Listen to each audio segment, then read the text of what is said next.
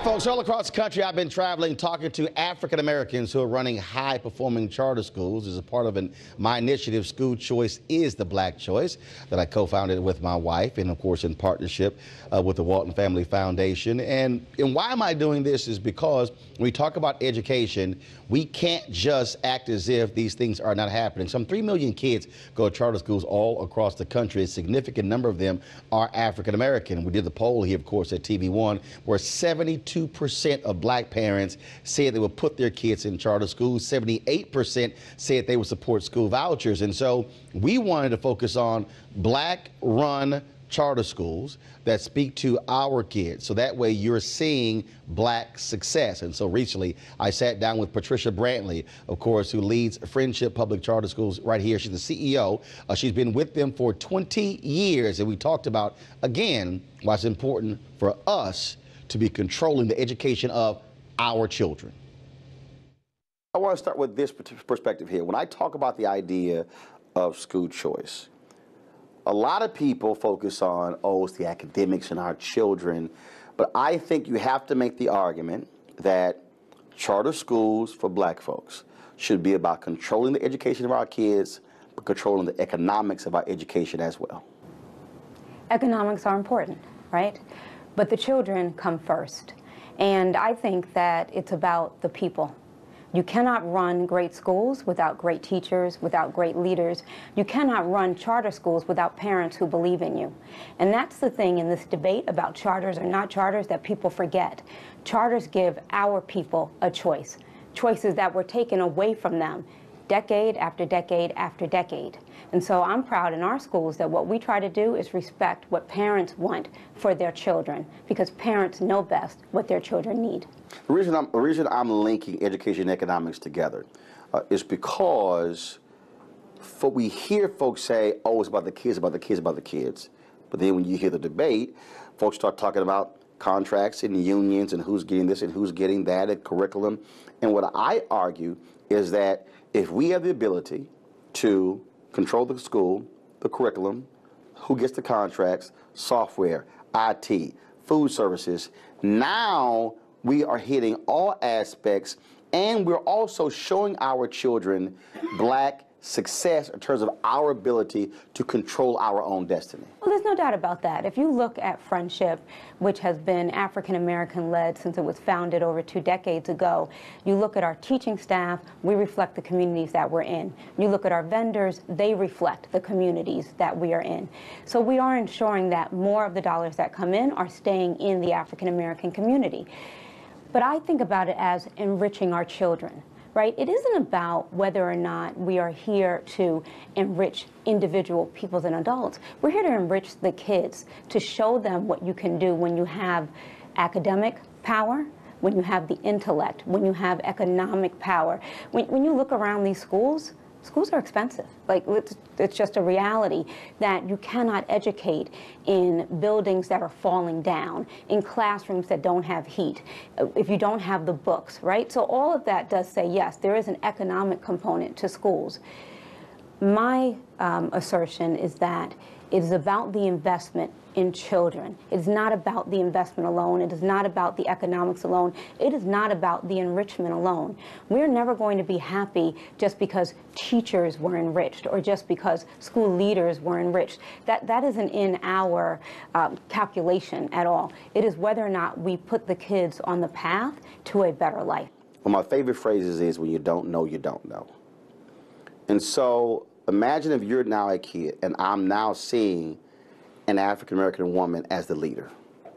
I'm seeing African-Americans who are leading in this area and in the classroom and here and here. Now all of a sudden, I'm seeing something that isn't familiar. For me, my grandmother had a business. So I saw a black woman running her business. My mom had a cake business. I saw that. The first black newspaper I worked for, I saw a black publisher. So my view of African Americans in media was owning, not just working.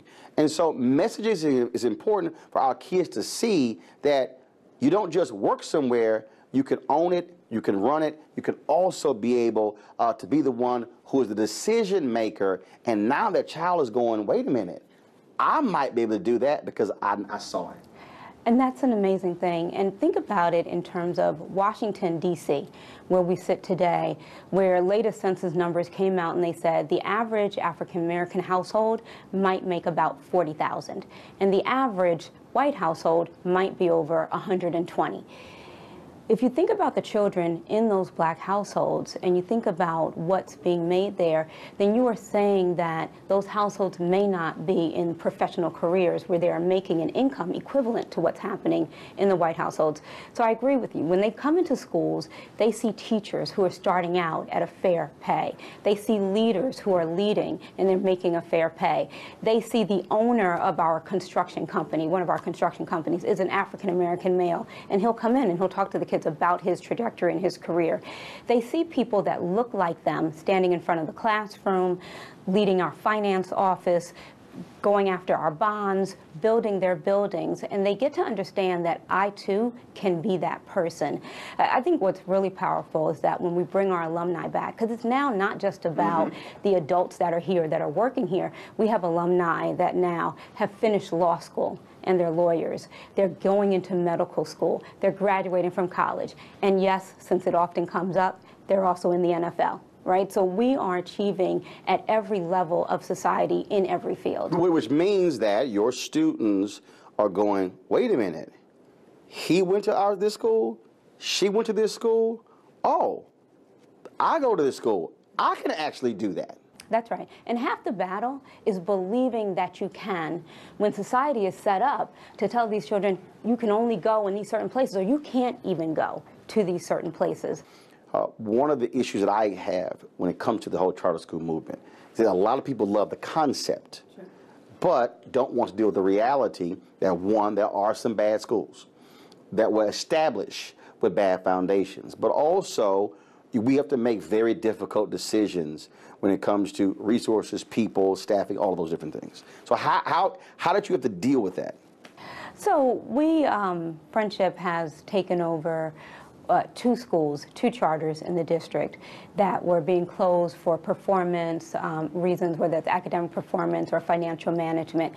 And we saw what it was to go into schools and say to families, your school is closing for these reasons, but we are here to help you still realize the dream for your child. So we've seen it from the end of welcoming families in, rebuilding their school, and delivering a friendship education to those children that didn't have it to begin with. Every charter leader that I know that started a school has signed a contract saying we are going to hit performance benchmarks or we understand that we will be closed. That is the reality that we operate under every day. And so we work to make sure that we have the best schools possible. And are there, hiccups? Are there sometimes stumbles? Absolutely, right? We hire the best people that we can, we give them the right tools, and we work with them. But I know, because I personally work with those 2 schools that Friendship took over, I know the intentions that people had. They weren't able to realize it. But that is part of the charter contract in America. You will be closed if your performance doesn't meet the standards. All right, folks, welcome back. So, Greg, I want to go to you. So here's what's amazing. So since we started this School Choice All-Stars, I got these folks out here who can't stand charters, and they start tweeting, oh, my God, you biased. This is not right. And I'm going, these schools exist. Black parents are putting their kids in these schools. We should be showing black excellence and not just burying our head in the sand and acting as if it's not happening. That's right, Roland. I mean, to quote Janet Jackson, still banned from the Super Bowl, this is a question or a story about control. Friendship is a good example. I mean, they have on their faculty, for example, my good friend Kim Worthy, who was once DC Teacher of the Year. She worked at the Howard Charter School for Math and Science. Now she's in the Friendship Circuit. What works? Hold on, no. Hold on. I don't want you to run past that. Howard University. That's right. HBCU, black people love. That's right, brother. Has their own charter school. That's right. Howard Middle School Charter School. In fact, I'm going over there to give a 2-hour seminar on black history next week because they're on a college campus with black people they see. Again, this is a story about control. What do we need for quality education? You need quality teachers. And when we see that happen, and when you have control, you covered a lot in that segment. Finally, I'll say this. When we control what we do, when we can make the decisions about our children's lives. We came out of enslavement and wiped out illiteracy by being determined to do that. And whether that's through charter, public charter, private schools, we have to always retain control. And that's what this country has basically tried to take away from us since we started this movement. Ray Baker. Roland, one of the things that your conversation around the charter school movement does that I appreciate is it provides context and nuance for the vast ways in which we educate children of African descent, right? If we were to apply a one-size-fits-all model to education, we'd see how terribly flawed and problematic it is. You are absolutely correct. With 3 million students attending charter schools in the United States, it would be preposterous of us to ignore the work that they are doing. Meanwhile, you also bring into those conversations the Steve Perrys, the Hillary Shelton, who may be on a different position. And so folks can better receive all the information they need to identify whether the neighborhood school, their neighborhood public school is effective for them, whether a public charter school is most effective for them, or how we can best communally educate our young people. So I appreciate the space where we involve various views and points. So, and Karen, final comment before I got to go to break. And very simple for me is that I'm also, my deal is here.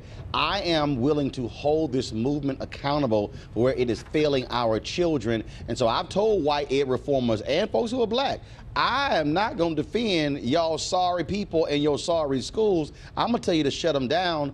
But our kids are getting screwed educationally, and black folks better wake up and realize that if I have an option that's going to educate my kids, then you know what? I better assume it.